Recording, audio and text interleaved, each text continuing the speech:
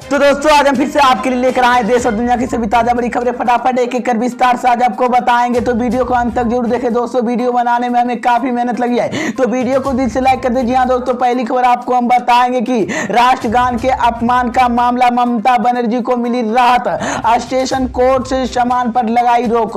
तो वहीं आपको बताएंगे दोस्तों कि रूस के राष्ट्रपति ने पुतिन यूक्रेन से बातचीत के लिए हुई तैयार, ज़ेलेंस्की ने दिया प्रस्ताव। तो वहीं आपको बताएंगे दोस्तों कि राहुल गांधी ने एक बार फिर से मोदी सरकार पर बेरोजगारी को लेकर बोला बड़ा हमला, बढ़ गई मोदी सरकार की मुश्किलें। तो वहीं आपको बताएंगे दोस्तों कि ब्रांच के प्रयागराजपुर में भिड़े सपा और भाजपा के समर्थक, दोनों तरफ से मामला हुआ दर्ज।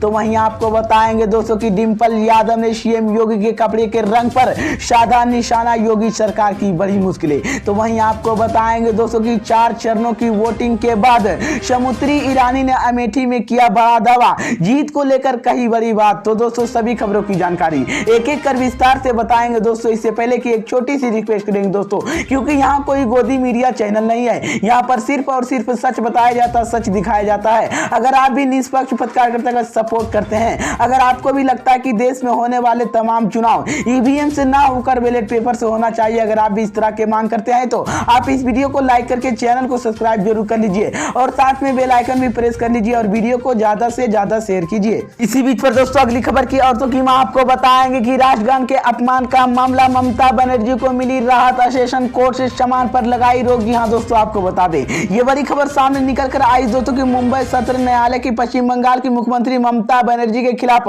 मजिस्ट्रेट कोर्ट द्वारा जारी सामान पर रोक लगा दी। ममता बनर्जी की राष्ट्रगान के समान अपमान की रोकथाम के अधिनियम तहत दंडनीय अपराध के लिए उनके खिलाफ दायर एक मामला 2 मार्च के तलब किया गया था। सुनवाई की अगली तारीख 25 मार्च को तय की गई है। इसी बीच में आपको बता दें कि मुख्यमंत्री ममता बनर्जी पिछले साल दिसंबर में मुंबई दौरे पर आई थी, या उन्होंने सत्ताधारी के शिवसेना और एनसीपी के नेताओं की मुलाकात की थी। इसी दौरे पर एक कार्यक्रम के दौरान उन पर राष्ट्रगान के अपमान का आरोप लगाया गया था।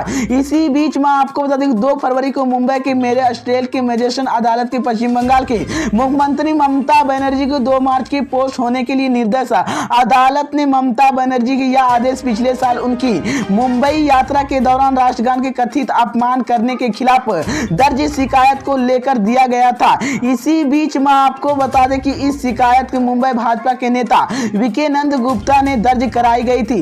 इसी बीच में आपको बता दें अदालत ने यह भी कहा था कि हालांकि ममता बनर्जी के एक मुख्यमंत्री है, उनके खिलाफ कार्रवाई पर आगे बढ़ने के लिए मंजूरी की आवश्यकता नहीं और इस पर किसी तरह के रोक लागू नहीं होती है। इसी बीच क्योंकि यह अपने अधिकारी के कर्तव्य निर्वाहित हो गई, तो ये बड़ी अपडेट आई दोस्तों कि मैं आपको बता दें कि राष्ट्रगान के अपमान के मामला ममता बनर्जी को राहत मिल गई है। इसी बीच पर दोस्तों अगली खबर की औरतों की मैं आपको बताएंगे कि रूस के राष्ट्रपति ने पुतिन यूक्रेन से बातचीत के लिए हुए तैयार, ज़ेलेंस्की ने दिया प्रस्ताव। जी हाँ दोस्तों, आपको बता दें ये बड़ी खबर सामने निकल कर आई दोस्तों कि रूस के राष्ट्रपति व्लादिमीर पुतिन यूक्रेन से बातचीत के लिए तैयार हो गए। इसी बीच चीन के इसकी जानकारी दी थी। चीन के विदेश मंत्रालय ने प्रवक्ता ने कहा कि राष्ट्रपति थी जिनपिंग के पुतिन के फोन पर बात के लिए की थी।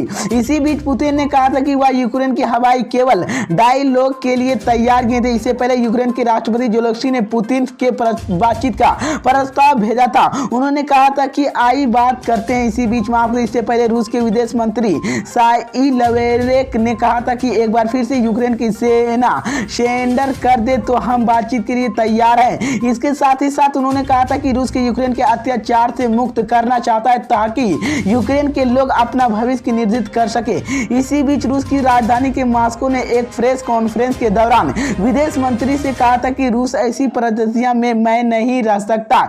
हम यूक्रेन की सरकार के लोकतांत्रिक सरकार माने के अभी कोई अवसर नहीं देखे। इसी बीच वहीं रूसी के सैनिक यूक्रेन की राजधानी की कवी में पहुंच गई थी। जंग के दूसरे दिन रूसी के सैनिक कवी के दाखिल हुई थी। इससे पहले यूक्रेन की सेना ने उन पर रोकने के लिए त्वरित की नदी पर बन पुल उड़ा दिया। यूक्रेन के लिए सेना की रूसी टेकलेट के घुसने के लिए रोकने के लिए यहाँ पर कदम उठाए थे। तो ये बड़ी अपडेट आई दोस्तों कि मैं आपको बता दें कि रूस के राष्ट्रपति पुतिन यूक्रेन से बातचीत करने के लिए तैयार हो गए हैं और ज़ेलेंस्की ने प्रस्ताव दे दिया है। इसी बीच पर दोस्तों अगली खबर की औरतों की मैं आपको बताएंगे कि राहुल गांधी ने एक बार फिर से बेरोजगारी को लेकर मोदी सरकार पर बोला बड़ा हमला, मोदी सरकार की बड़ी मुश्किलें। जी हाँ दोस्तों, आपको बता दें ये बड़ी खबर सामने निकल कर आई दोस्तों की कांग्रेस नेता राहुल गांधी ने अमेठी में आज जनसभा के संबोधित करते हुए कि आने वाले समय में युवाओं के रोजगार नहीं मिल पाएगा। नरेंद्र मोदी ने इस पर कुछ नहीं बोलते हैं। अब तक की यूपी में 50 भाषण दे चुके हैं। इधर मुख्यमंत्री योगी आदित्यनाथ ने शुक्रवार को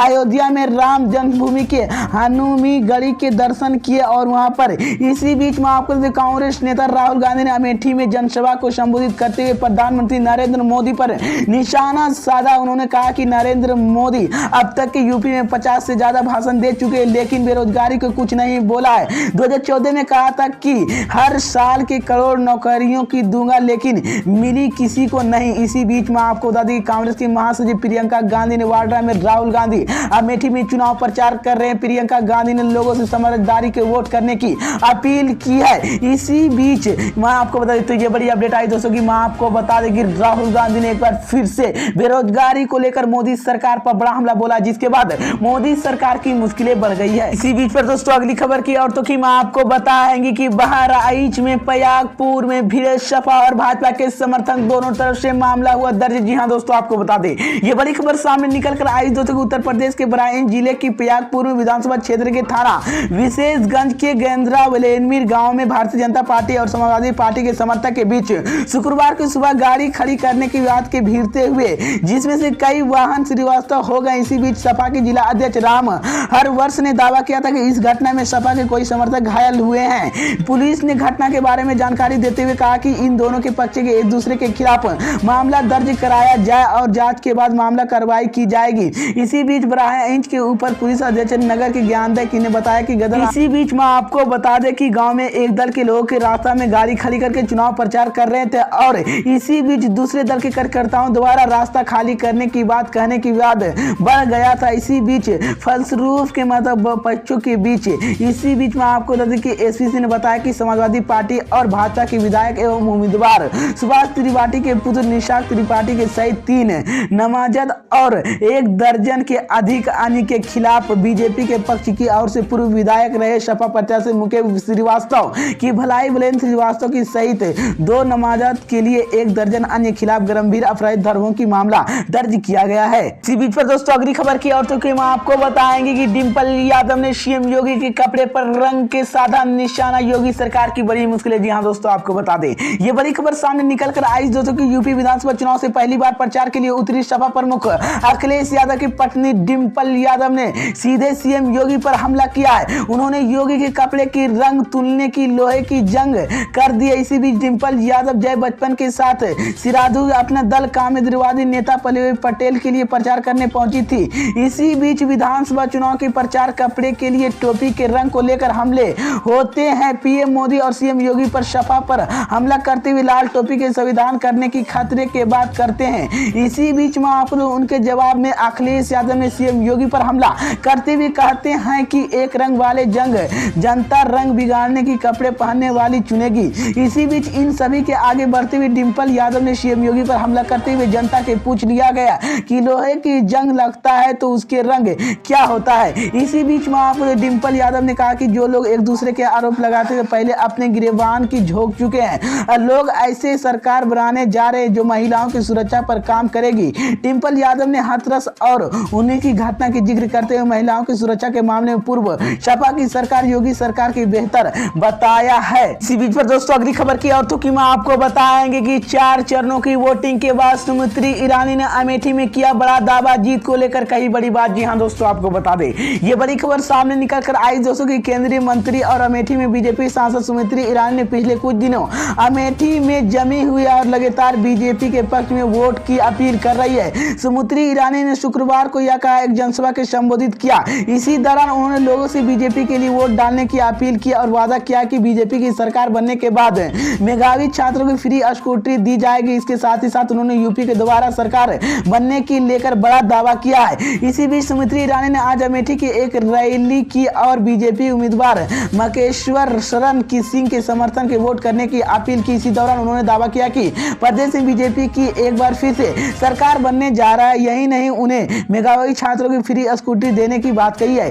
इसी बीच स्मृति ईरानी ने अमेठी में सांसद भी है। उन्होंने 2019 में चुनाव की राहुल गांधी के हराकर इस सीट पर कब्जा किया था। स्मृति ईरानी ने अमेठी में बीजेपी बढ़त दिलाने वाले की लगातार मेहनत कर रही है। इसी बीच इसके साथ ही साथ वो पूरा जोर लगातार चुनाव प्रचार में जुटी है। अमेठी में 5वें चरण के मतदान होना है। आपको बता दें कि इस चरण में 12 जिले की 61 सीटों पर 27 फरवरी को मतदान होगा।